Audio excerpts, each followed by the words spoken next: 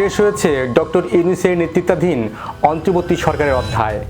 কিন্তু মোহাম্মদ ইউনূস এখনও রাষ্ট্রীয় অতিথি ভবন যমুনা ছাড়েননি। স্ত্রী কন্যা নিয়ে সেখানেই বসবাস করছেন। তবে কি তিনি রাষ্ট্রের গুরুত্বপূর্ণ কোনো পদের জন্য অপেক্ষা করছেন, নাকি তিনি ফিরে যাবেন ব্যক্তিগত কাজে? ঘটনা যাই হোক, ডক্টর ইউনূস যমুনা না ছাড়ায় সেখানে উঠতে পারছেন না নতুন প্রধানমন্ত্রী তারেক রহমান।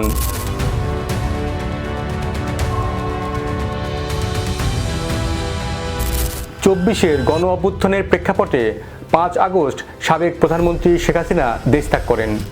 সেই অস্থির সময়ে রাষ্ট্রীয় পরিচালনার দায়িত্ব গ্রহণ করেন মোহাম্মদ ইউনূস। সাধারণত সরকার প্রধানের বাসভবন হিসেবে ব্যবহৃত হয় গণভবন, কিন্তু হামলা, ভাঙচুর, লুটপাটের কারণে গণভবন বসবাসের অনুপযোগী হয়ে পড়ে। ফলে বিকল্প হিসেবে বেছে নেওয়া হয় রাষ্ট্রীয় অতিথি ভবন যমুনা। সেই সময় থেকে যমুনা হয়ে ওঠে দেশের প্রশাসনিক ক্ষমতার কেন্দ্রবিন্দু। অন্তর্বর্তী সরকারের বিদায়ের পর অধ্যাপক ইউনূস এখনও সরকারি ভবন যমুনাতেই থাকছেন। ঢাকা মেট্রোপলিটন পুলিশের রমনা জোনের এডিসি মীর আসাদুজ্জামান বিবিসি বাংলাকে বলছেন, ডক্টর ইউনূস যমুনায় আছেন। বৃহস্পতিবারও স্ত্রী ও কন্যাসহ যমুনায় অবস্থান করেছেন।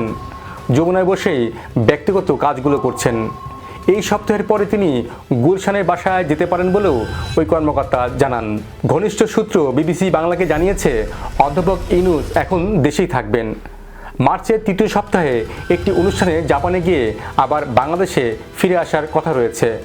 এছাড়া আগামী সপ্তাহ থেকে ইউনূস সেন্টারে জয়েন করবেন। এরপর তিনি 3-0 কনসেপ্ট নিয়ে কাজ শুরু করবেন।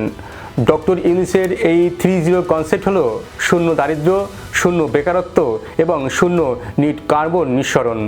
অনেকেই প্রশ্ন করছেন, অধ্যাপক ইউনূস কি ভবিষ্যতে আবারও সক্রিয় রাজনৈতিক ভূমিকায় ফিরবেন? এই মুহূর্তে তেমন কোনো ইঙ্গিত নেই।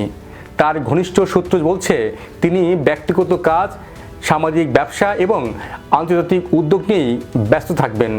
তবে বাংলাদেশের রাজনীতিতে শেষ কথা কখনোই শেষ নয়। এখন আসি আলোচনার সবচেয়ে বিতর্কিত অংশে।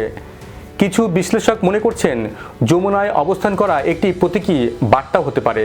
কারণ রাজনৈতিক ক্ষমতার হস্তান্তর প্রক্রিয়া সময়ক্ষেপণ বা অবস্থান ধরে রাখা অনেক সময় মনস্তাত্ত্বিক প্রভাব সৃষ্টি করে।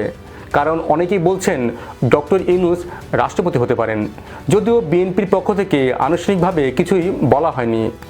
ডক্টর ইউনূসের নিরাপত্তা উপদেষ্টা খলিলুর রহমান যেভাবে নতুন পররাষ্ট্রমন্ত্রী হয়ে সবাইকে চমকে দিয়েছেন, ঠিক তেমনি ডক্টর ইউনূসকে রাষ্ট্রপতি করে সবাইকে চমকে দেওয়া হতেও পারে।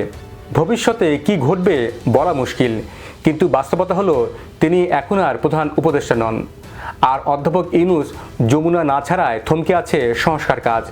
গণপূর্ত অধিদপ্তরের প্রধান প্রকৌশলী বিবিসি বাংলাকে জানিয়েছেন, নতুন প্রধানমন্ত্রীর পরামর্শ অনুযায়ী কিছু পরিবর্তন এবং সংস্কার কাজ করতে হবে। অধ্যাপক ইউনূস যমুনা ছাড়ার পরেই শুরু হবে এই সংস্কার কাজ। সম্ভাব্য সময় লাগতে পারে 1 থেকে 2 মাস। প্রধানমন্ত্রীর বাসভবন শুধু আবাসিক স্থান নয়, এটি একটি কৌশলগত নিরাপত্তা জোন। ফলে নিরাপত্তা, অবকাঠামো, প্রযুক্তিগত সুরক্ষা সবই নতুন করে সাজানো হতে পারে। অন্তর্বর্তী সরকারের অধ্যায় শেষ, এখন নতুন সরকারের যাত্রা। আর অধ্যাপক ইউনূস রাজনীতির কেন্দ্র থেকে সরে গিয়ে আবার বিশ্বমঞ্চের দূত হিসেবে সক্রিয় হচ্ছেন। আপনার কাছে কি মনে হয়, অধ্যাপক ইউনূস কি পুরোপুরি রাজনীতি থেকে সরে যাচ্ছেন, নাকি ভবিষ্যতে আবারও বড় কোনো ভূমিকায় দেখা যাবে তাকে? জানান আপনার মতামত।